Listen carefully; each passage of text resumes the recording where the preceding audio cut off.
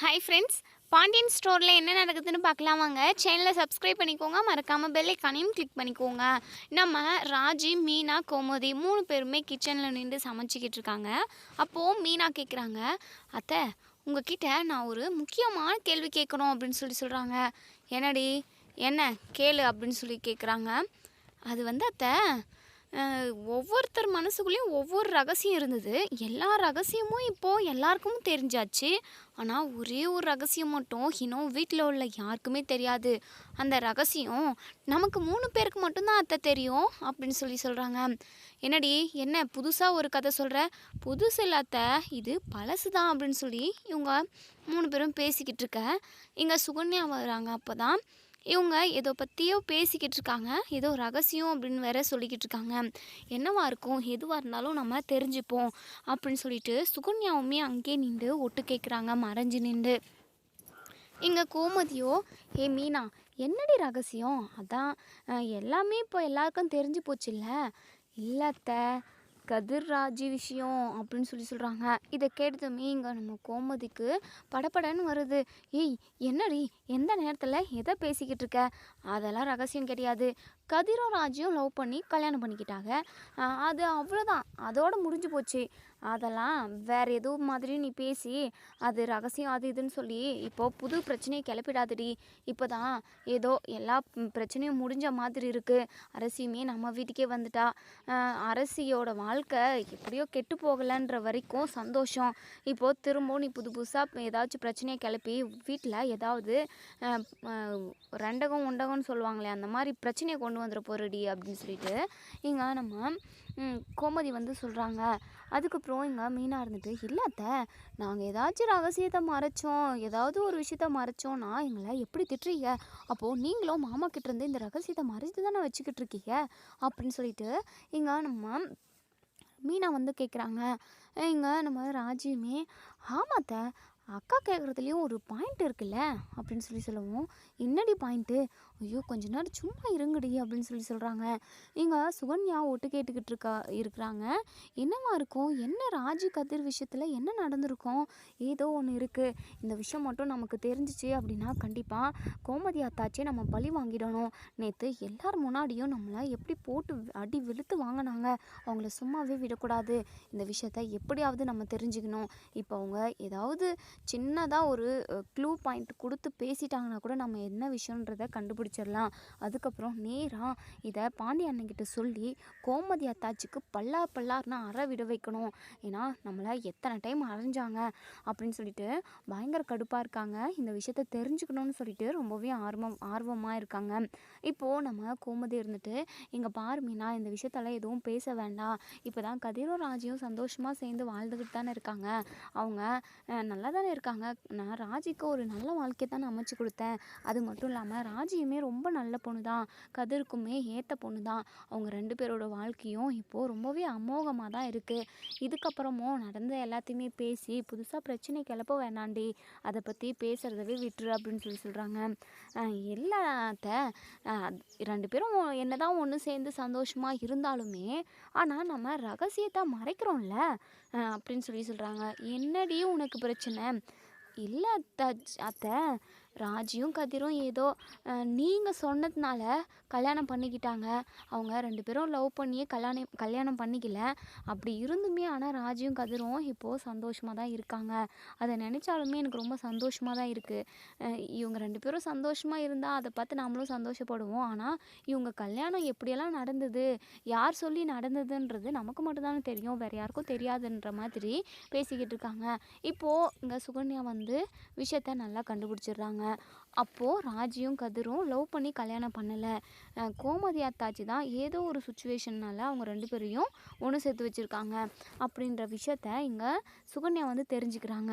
இது போதும் கோமதி அத்தாச்சிக்கு இருக்குது பெரிய அப்போ வைக்கிறேன் நான். என்ன அடிச்சிங்க இல்லை, அதை விட டபுள் மடங்கா ட்ரிபிள் மடங்கா பாண்டி அண்ணன்கிட்டேருந்து உங்களுக்கு அறை வரும் கண்டிப்பாக வரும் அப்படின்னு சொல்லிட்டு இங்கே சுகன்யா வந்து ரொம்பவே சந்தோஷமாக இருக்காங்க. ஒரு க்ளூ கிடச்சிருச்சு. இப்போது கோமதி அத்தாச்சை பழி வாங்கிறதுக்கு நல்ல வாய்ப்பு இது. பாண்டிய அண்ணன் வீட்டுக்கு வந்ததுமே வேலையாக நம்ம இந்த விஷயத்த பாண்டிய அண்ணன்கிட்ட சொல்லியே ஆகணும் அப்படின்னு சொல்லிட்டு நம்ம சுகன்யா வந்து வெயிட் பண்ணிக்கிட்டு இருக்காங்க. இன்னொரு சைடு இங்கே நம்ம பாண்டியன் கடைக்கு போயிட்டு வந்ததுமே வீட்டில் உள்ள எல்லாருமே கூப்பிடுறாங்க. இங்கே சுகன்யா வந்து இதுதான் கரெக்டான நேரம், எல்லாருமே இருக்காங்க, இப்போது நம்ம விஷயத்த போட்டு உடச்சிடணும் அப்படின்னு சொல்லிட்டு பேச வராங்க. அப்போ தான் நம்ம பாண்டியன் இருந்துட்டு உங்கள் எல்லாருக்கிட்டையுமே ஒரு முக்கியமான விஷயம் பேசணும் அப்படின்னு சொல்கிறாங்க. அதுக்கப்புறம் இங்கே நம்ம கதிர் இருந்துட்டு என்னப்பா என்ன விஷயம் அப்படின்னு சொல்லி கேட்கவும், இந்த குமாருக்கு ஏதாவது தண்டனை கொடுத்தே ஆகணும். நம்ம வீட்டு பொண்ணை கடத்தி கொண்டு போயிட்டு எப்படியெல்லாம் சித்திரவதை பண்ணான், அவனை நம்ம சும்மா விடக்கூடாது. நம்மளா போயிட்டு அவன் கூட சண்டைக்கு இழுக்கிறது சண்டை போடுறதுன்னு சொல்லிட்டு ஏதாவது பண்ணோம் அப்படின்னா அது நமக்கு தான் பிரச்சனையாக போகும். சட்டப்படி அவனை நம்ம தண்டிக்கணும் அப்படின்னு சொல்லிட்டு இங்கே பாண்டியன் வந்து ஒரு முடிவு எடுத்திருக்காங்க. இங்கே நம்ம செந்திலுமே ஆமாம் ஆமாம் அம்மா அப்பா சொல்கிறது தான் கரெக்டு அப்படின்ற மாதிரி சொல்கிறாங்க.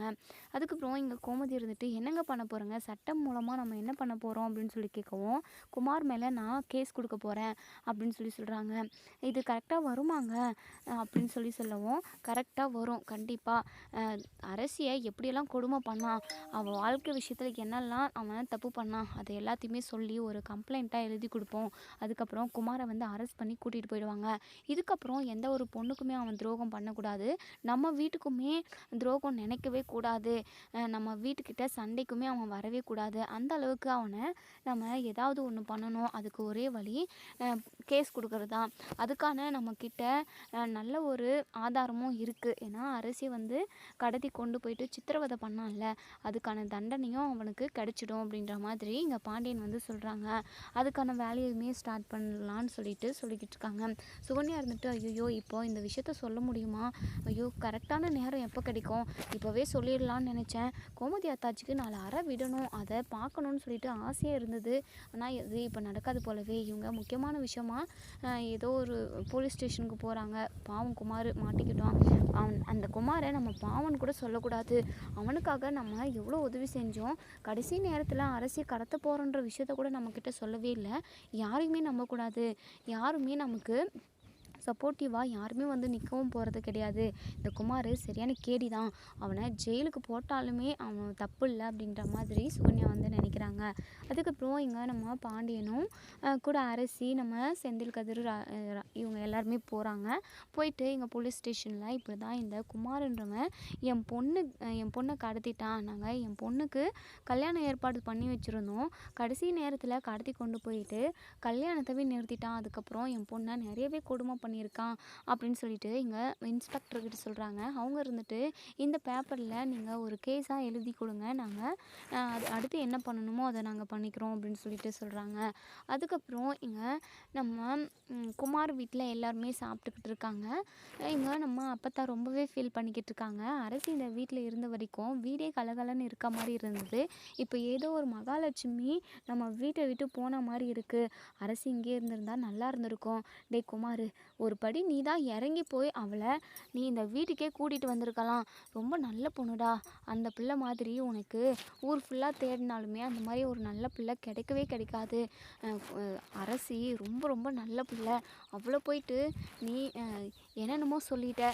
சரி, என்னமோ எது நடக்கணும்னு இருக்கோ அதுதானே நடக்கும் அப்படின்னு சொல்லிட்டு நம்ம அப்பத்தாவுமே ரொம்பவே ஃபீல் பண்ணிக்கிட்டு இருக்காங்க. அதுக்கப்புறம் இவங்க எல்லாருமே சாப்பிட்டுக்கிட்டு இருக்க டைமில் போலீஸ் எல்லாமே வராங்க. போலீஸை பார்த்ததுமே இங்கே சக்திவேலுக்கு படபடன்னு வருது. ஐயோ இவங்க இப்போது எந்த பிரச்சனைனால வந்திருக்காங்கன்னு தெரியலையே, என்னத்தை கண்டுபிடிச்சானுங்கன்னு தெரியலையே அப்படின்னு சொல்லிட்டு ரொம்பவே பதட்டமாக இருக்காங்க. முத்துவேல் இருந்துட்டு என்ன சார் எதுக்காக வந்திருக்கீங்க அப்படின்னு சொல்லி கேட்கவும், இங்கே குமார்ன்றது யார் அப்படின்னு சொல்லி கேட்கவும், நான் தான் அப்படின்னு சொல்லிட்டு குமார் எழுந்திரிச்சு நிற்கிறாங்க. என்னங்க எதுக்காக என்ன கேட்குறீங்க அப்படின்னு சொல்லி கேட்கவும், உனக்கு அவார்டு கொடுக்க போகிறோம், வா வா உடனே வா போகணும் அப்படின்னு சொல்கிறாங்க. என்னங்க சார் நீங்கள் பாட்டுக்கு அவார்டு அது இதுன்னு பேசிகிட்டு இருக்கீங்க. ஆமாடா, நீ பண்ண வேலைக்கு வேறு என்ன பண்ண முடியும். கல்யாணம் ஏற்பாடு பண்ணி வச்சுருந்தாங்களாமே அரசிக்கு, அந்த கடைசி நேரத்தில் நீ அரசியை கடத்தி கொண்டு போயிட்டு கல்யாணத்தை நடத்த விடாமல் பண்ணிட்டியாமே, அதனால் உன் மேலே கேஸ் கொடுத்துருக்காங்க. நீ ஒரு நிமிஷம் கூட இந்த வீட்டில் இருக்கக்கூடாது, உடனே நீ எங்கள் கூட என்னோட ஸ்டேஷன் கிளம்பி வரணும் அப்படின்னு சொல்கிறாங்க. இங்கே குமாருக்கு படபடன்னு இருக்குது. இங்கேருந்து தப்பிச்சு ஓடிடலாம் அப்படின்னு சொல்லிட்டு போலீஸாவே நோக்கி அடிச்சுட்டு ஓட பார்க்குறாங்க. இருந்தாலும் இங்கே போலீஸ் வந்து பிடிச்சிடுறாங்க. இங்கே நம்ம மாறி வந்து பயங்கரமாக அழுகுறாங்க. என் பையனை தயவு செஞ்சு விட்டுருங்க, அவன் ஏதோ தெரியாமல் பண்ணிட்டான், விட்டுருங்க ப்ளீஸுங்க அப்படின்னு சொல்லிட்டு கெஞ்சுறாங்க. எங்கள் அப்பத்தாவுமே பயங்கரமாக அழுகுறாங்க. டே சக்தி ஏதாவது பண்ணுடா, குமாரை போலீஸ் அரெஸ்ட் பண்ணி கூட்டிகிட்டு போகிறாங்களா அப்படின்னு சொல்கிறாங்க. அதுக்கப்புறம் இங்கே போலீஸ் வந்து குமாரை அரெஸ்ட் பண்ணி கூட்டிகிட்டு போயிடுறாங்க. இங்கே நம்ம அரசி வந்து ஜன்னல் வழியாக பார்த்துக்கிட்டு இருக்காங்க. என்ன பண்ணுறதுன்னு தெரியாமல் பயங்கர ஒரு யோசனையிலே இருக்காங்க. இன்னொரு சைடு இங்கே சக்திவேல் இருந்துட்டு எங்கள் அப்பத்தா கிட்ட சொல்கிறாங்க, பாத்தியாத்தா பாத்தியா, அந்த பாண்டியன் குடும்பத்தில் உள்ளவங்க எல்லாருமே சேர்ந்து என் மவன் மேலே கேஸ் கொடுத்துட்டாங்க. இப்போது என் மவனை அரெஸ்ட் பண்ணி கூட்டிகிட்டு போயிட்டாங்க. ஏதோ அரசி புள்ள மாதிரி வரவே வராதுன்னு சொல்லி சொன்னீங்கல்ல, இப்போ பார்த்தீங்களா நம்ம குடும்பத்தவே சீரழிக்க வந்தவ தான் அந்த அரசி. அந்த அரசியால் தான் இப்போ இம்புட்டு பிரச்சனையும். இப்போ குமாரை எப்படி வெளியே கொண்டு வரதுன்னு எனக்கு தெரியல. ஆனால் என் பையனை எப்படியாவது காப்பாற்றுங்கண்ணே, தயவு செஞ்சு வாங்கண்ணே, நம்ம இப்போவே போலீஸ் ஸ்டேஷன் போயிட்டு குமாரை திரும்ப கூட்டிகிட்டு வந்துடுவோம், அவன் ஒரு நிமிஷம் கூட ஜெயிலுக்கு போகக்கூடாது அப்படின்னு சொல்லிட்டு இங்கே சக்திவேல் வந்து ரொம்பவே பதட்டப்படுறாங்க. ரொம்பவே கஷ்டப்பட்டுக்கிட்டே பேசிக்கிட்டு இருக்காங்க. இங்கே நம்ம அப்பத்தா இருந்துட்டு, டே சக்தி முதல்ல அதை செய்டா, பாவம் குமார் ஏதோ தெரியாதனமாக தப்பு பண்ணிட்டான், இப்போ பார் எப்படியெல்லாம் தண்டனை அனுபவிக்கிறான்ட்டு, சொன்னாலுமே அவன் கேட்க மாட்டேங்கிறான், சுய புத்தியுமே இல்லை அவனுக்கு அப்படின்னு சொல்லி திட்டிக்கிட்டு இருக்காங்க. அத்தா தேவையில்லாமல் அவனை திட்டிக்கிட்டு இருக்காத, தயவு செஞ்சு நீ இடத்த காலி பண்ணு, எனக்கு பயங்கர கடுப்பாகுது. அந்த பாண்டியன் குடும்பத்தை நான் ஒன்றும் இல்லாமல் பண்ண போகிறேன், அவங்கள யாரையுமே சும்மா விட போகிறதில்ல. ஃபஸ்ட்டு நான் என் பையனை வெளியே எடுக்கிறதுக்கான எல்லா வேலையும் பார்க்க போகிறேன். ஆனால் வாங்கின போகலாம் அப்படின்னு சொல்லிட்டு இவங்க 2 பேருமே போலீஸ் ஸ்டேஷன் கிளம்பி போயிடுறாங்க. இங்கே போலீஸ்கிட்ட வந்து என் பையன் மேலே எந்த தப்பும் இல்லை, அந்த அரசி தான் என் பையன் மனசை மாற்றி லவ் பண்ணான். அதுக்கப்புறம் அவங்க 2 பேரும் ஓடி போயிட்டு கல்யாணம் பண்ணிக்கிட்டாங்க. அதுக்கப்புறம் என்ன பிரச்சனையோ அவங்க 2 பேரும் பிரிஞ்சுட்டாங்க. அப்படி இப்படின்னு என்னென்னமோ போய் கலந்து சேர்த்து சொல்லிக்கிட்டு இருக்கான் இந்த சக்திவேல். இங்கே இன்ஸ்பெக்டர் இருந்துட்டு, இங்கே பாருங்கள், எதுவாக இருந்தாலும் நீங்கள் இப்போ பேச வேண்டாம், எதுவாக இருந்தாலும் கோர்ட்டில் பேசிக்கோங்க. ஒரு பொண்ணை கடத்திட்டு போயிருக்கான், அந்த பொண்ணோட விருப்பம் இல்லாமல் நீங்கள் என்னடனா கட்டுக்கதை விட்டுக்கிட்டு இருக்கீங்க. அந்த பொண்ணே வந்து ஸ்டேஷனில் கம்ப்ளைண்ட் பண்ணிட்டு போனாங்க. இங்கே பாருங்கள், அந்த கேஸ் வந்து ரொம்ப ரொம்ப ஸ்ட்ராங்கு. நீங்கள் என்ன பண்ணாலும் உங்கள் பையனை வெளியே எடுக்க முடியாது. உங்கள் பையன் மேலே தப்பு இல்லைன்னு தெரிஞ்சால் மட்டும்தான் நாங்கள் வெளியவே விடுவோம் அப்படின்ற மாதிரி இங்கே இன்ஸ்பெக்டர் போலீஸ் வந்து சொல்லிடுறாங்க. இங்கே சக்திவேலுக்கு என்ன பண்ணுறதுனே தெரியல. அண்ணே ஏதாவது பண்ணுண்ணே, ப்ளீஸ்ண்ணே, என் பையன் பாவண்ணே அப்படின்னு சொல்லிட்டு சொல்கிறாங்க. இங்கே முத்துவேல் பயங்கரமாக கோவப்படுறாங்க. டேய் வாயை மூடிக்கிட்டு சும்மா இருடா, சொல்கிற பேச்சை கேட்காம ஆடிக்கிட்டு இருந்தான்ல, இதெல்லாம் இவனுக்கு தேவைதான் அப்படின்னு சொல்கிறாங்க. என்னென்ன அதே மவனாக இருந்தால் நீ சும்மா விட்டுருவியா? என்னென்ன ஏன் மவனுக்கு ஒரு நியாயம், மவனுக்கு ஒரு நியாயமா? இங்கே பாருண்ணே, உன்னுடைய நடவடிக்கை எனக்கு கொஞ்சம் கூட பிடிக்கலண்ணே.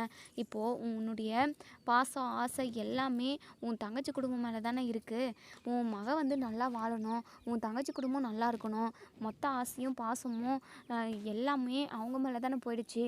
நாங்கள்லாம் உனக்கு முக்கியமே இல்லை தானே அப்படின்னு சொல்லிட்டு சக்திவேல் வந்து அங்கே போலீஸ் ஸ்டேஷனில் முத்துவேல் கிட்ட பயங்கரமாக சண்டை போடுறாங்க.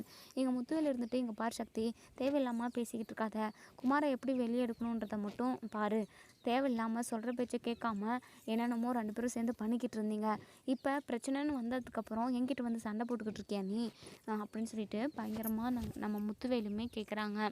நம்ம பாண்டியன் வீட்டுக்கு வந்ததுமே அப்பாடான்னு இருக்குது, எப்படியோ அரசி வாழ்க்கை கெடுக்கணும்னு நினச்சோன்னே இப்போது ஜெயிலுக்குள்ளே தள்ளியாச்சு, எனக்கு ரொம்ப நிம்மதியாக இருக்குது, கோமதி டீ கொண்டு வா அப்படின்னு சொல்லிட்டு சொல்கிறாங்க.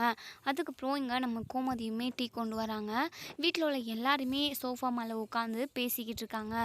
இங்கே நம்ம பாண்டியன் இருந்துட்டு அரசிக்கிட்ட சொல்கிறாங்க, இங்கே பாருப்பா அரசி, நீ எதை நினச்சியும் ஒரு மாதிரி குற்ற உணர்ச்சியாக நினைக்காத, நீ பாட்டுக்கு சந்தோஷமாக இரு, நடந்த எல்லாத்தையுமே ஒரு கெட்ட கனவாக நினச்சி மறந்துடுமா, அது இன்னும் கொஞ்ச நாள் போகட்டும், அதுக்கப்புறம் உனக்கு கல்யாணம் பண்ணிக்கணும்னு தோணுதா, இல்லை படிக்கணும்னு தோணுதா, இப்படின்னு என்ன ஒரு யோசனை உனக்கு வந்தாலுமே அது என்கிட்ட சொல்லுப்பா, கண்டிப்பாக அதை நான் நிறைவேற்றி வைக்கிறேன்ற மாதிரி பேசிக்கிட்டு இருக்காங்க. அப்போ தான் சுகன்யா வந்து, அண்ணே உங்ககிட்ட நான் ஒரு முக்கியமான விஷயம் சொல்லணுண்ணே அப்படின்னு சொல்கிறாங்க. இங்கே சுகன்யா முகத்தை பார்க்கவே கொஞ்சம் ஒரு மாதிரி அருவெறுப்பாக தான் இருக்குது. இருந்தாலும் பழனியோட வாழ்க்கையை நினச்சி பேசுகிறாங்க, சாதாரணமாக தான் பேசுகிறாங்க. சொல்லுப்பா, என்னப்பா விஷயம்? நீ சொல்கிறதுக்கு முன்னாடி நான் ஒரு முக்கியமான விஷயம் உன்கிட்ட சொல்லணும்ப்பா. பழனி பாவம்ப்பா, அவன் ரொம்ப ரொம்ப நல்ல பையன், குழந்த மாதிரி அவனோட மனசு. அவனை சந்தோஷமாக பார்த்துக்கோப்பா. உனக்கு ஏதாவது வேணும் அப்படின்னா தாராளமாக நீ உன் புருஷன் பழனிக்கிட்ட கேட்கலாம்ப்பா. நீ எங்கேயாவது வெளியே போகணுன்னாலும் நான் கண்டிப்பாக பழனி அனுப்பி வைக்கிறேன்ப்பா. நீங்கள் 2 பேரும் சந்தோஷமாக இருங்க. அதே மாதிரி மற்றவங்களோட வாழ்க்கை கெடுக்கணும்னு நினைக்காதங்கப்பா அப்படின்னு சொல்லிட்டு இங்கே நம்ம பழனிக்காக ஒரு சில விஷயமும் இங்கே நம்ம சுகன்யா கிட்ட சொல்கிறாங்க. சுகன்யாவுமே தலையை ஆட்டிக்கிறாங்க. சரிப்பா, நீ ஏதோ ஒரு முக்கியமான விஷயம் சொல்லணும்னு சொன்னியே, சொல்லுப்பா அப்படின்னு சொல்லி கேட்கவும், அது வந்துண்ணே, காலையில் மீனா, ராஜி, அத்தாச்சி இவங்க 3 பேருமே கிச்சனில் நின்று பேசிக்கிட்டு இருந்தாங்க. ஒரு முக்கியமான விஷயத்த நான் காதால் கேட்டேன். அது மட்டும் இல்லாமல் வீடியோ ரெக்கார்டும் பண்ணி வச்சுருக்கேனே அப்படின்னு சொல்லிட்டு சொல்கிறாங்க. என்னப்பா விஷயம்? உங்களுக்கு தெரியாமல் மிகப்பெரிய ரகசியத்தை மறைச்சி வச்சுருக்காங்கண்ணே அவங்க அப்படின்னு சொல்கிறாங்க. என்னென்ன விஷயத்த சொல்லுப்பா அப்படின்னு சொல்லிட்டு சொல்லவும், அண்ணே நான் சொன்னால் உங்களுக்கு கரெக்டாக சுவாரஸ்யமாக இருக்காது, நீங்கள் நம்பவும் மாட்டீங்க. நான் வீடியோ ஆதாரமாக ஒன்று எடுத்து வச்சுருக்கேன், நீங்கள் பாருங்கண்ணே அப்படின்னு சொல்லிட்டு இங்கே நம்ம பாண்டியன்கிட்ட அந்த வீடியோ ரெக்கார்டை கிளிக் பண்ணி காட்டுறாங்க. இதை கேட்டதுமே நம்ம பாண்டியனுக்கு பயங்கரமாக அதிர்ச்சி. என்னப்பா, என்ன இதெல்லாம்? ஆமாண்ணே, என் காதால் கேட்டு நான் உங்ககிட்ட வெறுமையாக வாயில் மட்டுமே இந்த விஷயத்த உங்ககிட்ட சொல்லியிருந்தா கண்டிப்பாக இதை நீங்கள் நம்பியிருக்கவே மாட்டீங்க. நாங்கள் அதாவது வீட்டில் உள்ளவங்க ஒவ்வொருத்தருமே ஒவ்வொரு தப்பு பண்ணாங்க, ஒவ்வொரு ரகசியத்தையுமே மறைச்சி வச்சுருந்தாங்க. எல்லா ரகசியமும் இப்போ தெரிஞ்சு போச்சு. யார் மனசுக்குள்ளேயும் எதுவுமே இல்லைன்னு சொல்லி தானே நம்ம நினச்சிக்கிட்டு இருக்கோம். ஆனால் கோமதி அத்தாச்சி எம்பிட்டு பெரிய வேலையை பார்த்துருக்காங்க. கதிரும் ராஜியும் உண்மையாகவே லவ் பண்ணி கல்யாணம் பண்ணல. ஏதோ ஒரு சுச்சுவேஷன்னால அத்தாச்சி தான் கதிர்க்கும் ராஜிக்கும் விருப்பமே இல்லாமல் கல்யாணம் பண்ணி வச்சுருக்காங்க அப்படின்னு சொல்லிட்டு சொல்கிறாங்க. இதை கேட்டதுமே நம்ம பாண்டியனுக்கு பயங்கரமாக அதிர்ச்சி ஆகுது. அதுக்கப்புறம் கோமதியை கூப்பிடுறாங்க. கோமதின்னு சொல்லிட்டு இங்கே கோமதியுமே வந்து நிற்கிறாங்க. இப்போ சுகன்யா சொன்னது எல்லாமே உன் காதில் விழுந்திருக்கும். பக்கத்தில் தானே நின்றுக்கிட்டு இருந்தேன். சுகன்யா சொல்கிறது எல்லாமே உண்மையாப்பா கோமதி அப்படின்னு சொல்லி கேட்கவும், இங்கே கோமதி திருன்னு முழிக்கிறாங்க. அது வந்துங்க என்ன நடந்துச்சுன்னா அப்படின்னு சொல்லவும், போதும் கோமதி, நீ எதுவுமே பேசாத. வீட்டில் உள்ளவங்க தான் பெத்த பிள்ளைங்க, மருமகங்கன்னு சொல்லிட்டு ஒவ்வொருத்தரும் ஒவ்வொரு ரகசியத்தை மறைச்சி வச்சுக்கிட்டு இருந்தாங்க. விஷயம் பெருசாக வெடிச்சதுக்கப்புறம் தான் அவங்க அந்த ரகசியத்தவே சொல்லுவாங்க. இப்போது நீயும் ஒரு ரகசியத்தை மறைச்சி வச்சுருந்துருக்க. அது மட்டும் இல்லாமல் எம்புட்டு பெரிய விஷயத்த மறைச்சிருக்க. கதிரை நான் எம்புட்டெல்லாம் திட்டிருக்கேன் தெரியுமா? அவன் பெத்த அப்பா பேச்சு கேட்காம லவ் பண்ணி கல்யாணம் பண்ணிட்டு வந்துட்டான், ஓடி போயிட்டான்னு சொல்லிட்டு அவனை எம்புட்டோ போட்டு அடிச்சிருக்கேன். அப்போல்லாம் அது எல்லாத்தையுமே பார்த்துக்கிட்டு நீ சும்மா தானே இருந்த, நீ தான் கல்யாணம் பண்ணி வச்சேன்னு சொல்லிட்டு ஒரு வார்த்தை கூட அப்போ கூட சொல்லவே இல்லையே. பாவம் கதிர். அது மட்டும் இல்லாமல் நீ இப்படி என்கிட்ட இருந்து இந்த விஷயத்த மறைப்பேன்னு சொல்லிட்டு நான் நினச்சி கூட பார்க்கல. அப்போது மற்றவங்கள மாதிரி நீயும் எனக்கு துரோகம் பண்ணுறல்ல கோமதி. அப்போது நீ எனக்கு உண்மையாகவே இல்லைல்ல. அப்போது பொய் சொன்ன, என்கிட்ட பொய் சொல்லியிருக்க. கதிர்க்கும் ராஜிக்கும் விருப்பமே இல்லாமல் கல்யாணம் பண்ணி வச்சுருக்க. இதெல்லாம் தப்பு இல்லையா அப்படின்ற மாதிரி நம்ம பாண்டியன் பயங்கர கோவமாக எங்கள் கோமதிக்கிட்ட கேட்குறாங்க. கோமதிக்கு படபடன்னு இருக்குது. ஏங்க, நான் சொல்கிறத ஒரு நிமிஷம் கேளுங்க. வேண்டாம் கோமதி, வேண்டவே வேண்டாம். நேற்று ஏதோ சுகன்யா தெரியாமல் ஒரு தப்பு பண்ணிட்டா, தெரிஞ்சோ தெரியாமலோ பண்ணிட்டா. அதுக்காக நீ அவளை எப்படி அடித்த? இப்போது நீ இவ்வளோ பெரிய தப்பு பண்ணியிருக்க. ராஜி கதிருன்னு அவங்களோட வாழ்க்கையவே அவங்களுக்கே பிடிக்காம அமைச்சு வச்சுருக்க. இது எம்புட்டு பெரிய தப்பு. இதுக்கு உனக்கு நான் என்ன தண்டனை கொடுக்கட்டும்? நீயே சொல்லு அப்படின்னு சொல்லிட்டு பாண்டியன் பயங்கர கோவமாக கேட்குறாங்க. கோமதிக்கு என்ன சொல்கிறதுனே தெரியல. இங்கே மீனாக இருந்துட்டு, மாமா அது வந்து கோமதி ஆத்தை அவங்களோட நல்லதுக்காக தான் செஞ்சாங்க. அன்றைக்கி என்ன நடந்தது தெரியுமா அப்படின்னு சொல்லிட்டு சொல்ல வராங்க.